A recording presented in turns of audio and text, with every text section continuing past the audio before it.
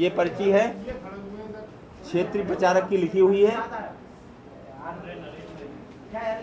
और इसके बाद चक्र उल्टा घूमने लगा। पहले अध्यक्ष पांडे जी थे और उसके बाद बदल के ये बना दिए गए। मुख्यमंत्री के प्रमुख सचिव को कि आपने जिनका सत्यापन चाहा है वो ये है। इन्हीं चेयरमैन साहब ने ये श्री कुमारी ऋतु चौहान है जिनको डिप्टी कलेक्टर बनाया है, और ये आय प्रमाण पत्र का जो कॉलम है जो कटा हुआ है, ये देखिए। और जो पीएससी की गाइडलाइन है उसको आप वेबसाइट पे आराम से देख सकते हैं। उस गाइडलाइन में ये स्पष्ट निर्देश हैं कि जो भी आय प्रमाण पत्र होगा, जो भी प्रमाण पत्र होगा, जाति प्रमाण पत्र, उसमें आय का कॉलम खाली नहीं छोड़ा जाएगा, काटा नहीं जाएगा। यदि कटा हुआ है या खाली छोड़ दिया है तो वो फार्म अपने आप अमान्य हो जाएगा। तो ये मुख्यमंत्री जी की भांजी हैं, इसलिए फार्म तो अमान्य नहीं हुआ। परीक्षा कंट्रोलर मुख्यमंत्री निवास में आया और बैठ के परीक्षा का पेपर और लिखवाया। ये हमारा आरोप है खुल के, और मुख्यमंत्री जी अगर हिम्मत रखते हैं तो मेरे खिलाफ मानहानि का केस लगाएं। ये देखिए, ये पीएससी की गाइडलाइन है, ठीक है। इस गाइडलाइन के 8वें पेज का चौथा पॉइंट है, और चौथे पॉइंट की ये लाइन जो स्याही इससे हाईलाइट किया गया है, ये वाली लाइन आप ले लें, ये है।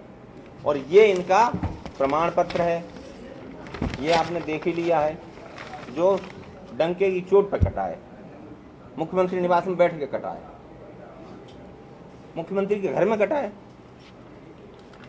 वहां नहीं कटा है तो E3 वाले में कटा है। नंबर 1 लोक सेवा आयोग के chairman of public service commission doctor Pradeep Joshi, आवेदन बाद में आ रहा है, नियुक्ति पहले हो रही है। आरएसएस के पर्ची पर उनकी नियुक्ति हो रही है,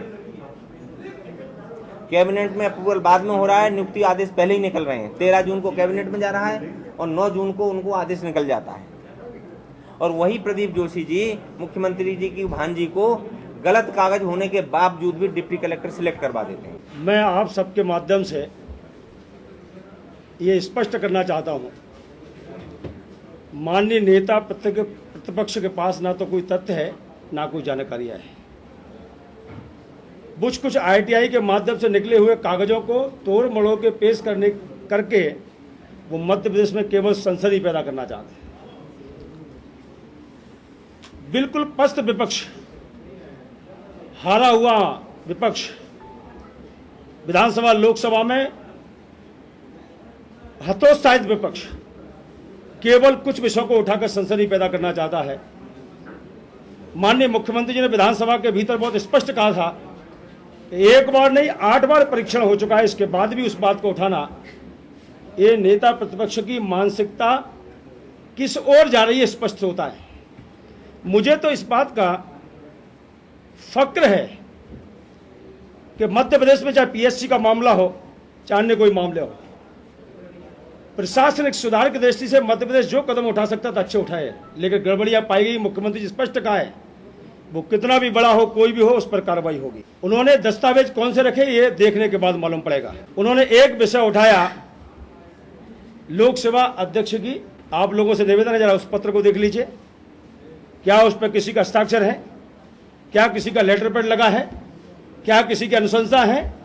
किसी का नाम लिख देने से उस आदमी पर आरोप लगा सकता है क्या? मैं यही कहना चाहता हूं, कांग्रेस की सरकार में सिगरेट की पर्चियों पर मुख्यमंत्रियों के हस्ताक्षर होते थे, और हमारे यहां पर्ची देने का सिस्टम ही नहीं है।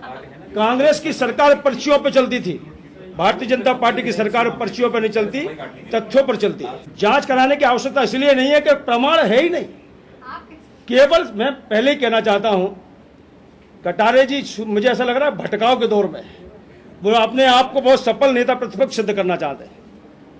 मेरा उनसे आग्रह है कि मध्य प्रदेश में कोई ऐसी सनसनी पैदा मत करिए जिसके कारण लोगों का अविश्वास पैदा, चाहे एससी हो, चाहे एसटी हो, चाहे ओबीसी हो। प्रमाण पत्र तो नौकरी के लिए सबको देना आवश्यक रहता है। मैं इसलिए कहना चाहता हूं कि ऋतु चौहान के मामले में भी 8 बार परीक्षण हो चुका है। अब नया तथ्य कौन सा पता नहीं। देखो कभी कभी ये होता भी है, जो परीक्षार्थी होते हैं आपने देखा होगा 2 प्रकार की चीजें होती है।